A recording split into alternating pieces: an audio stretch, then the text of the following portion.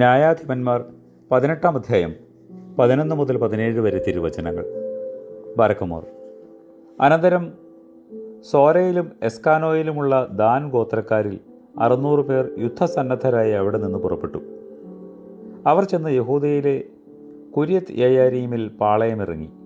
അതുകൊണ്ട് ആ സ്ഥലത്തിന് ഇന്നുവരെയും മശ്രിസ് ദാൻ എന്ന് പേർ പറയുന്നു.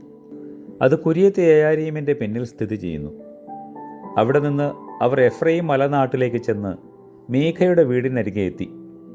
അപ്പോൾ ലയീശ് ദേശം ഒറ്റുനോക്കുവാൻ പോയിരുന്ന ആ 5 പുരുഷന്മാരും തങ്ങളുടെ സഹോദരന്മാരോട്, ഈ കുന്നുകളിൽ ഒരു ഏഫോദും ഒരു ഗൃഹബിംബവും കൊത്തുപണിയും വാർപ്പ് പണിയുമുള്ള ഒരു വിഗ്രഹവുമുണ്ട് എന്നറിഞ്ഞുവോ?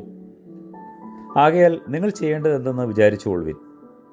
അവർ അങ്ങോട്ട് തിരിഞ്ഞ് മീഖയുടെ വീടിനോട് ചേർന്ന ലേവ്യ യുവാവിൻ്റെ വീട്ടിൽ ചെന്ന് അവനോട് കുശലം ചോദിച്ചു. യുദ്ധസന്നദ്ധരായ ദാന്യർ 600 പേരും വാതിൽക്കൽ നിന്നു.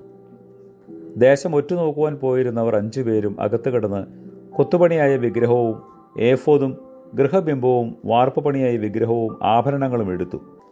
പുരോഹിതൻ യുദ്ധസന്നദ്ധരായ 600 പേരുടെ അടുക്കൽ നിന്നിരുന്നു. കർത്താവേ, നിന്റെ സമാധാനം ഞങ്ങളിൽ വർദ്ധിപ്പിക്കണമേ. നിന്റെ വിശ്വാസം കൊണ്ട് ഞങ്ങളെ നിറയ്ക്കണമേ. ആമേൻ.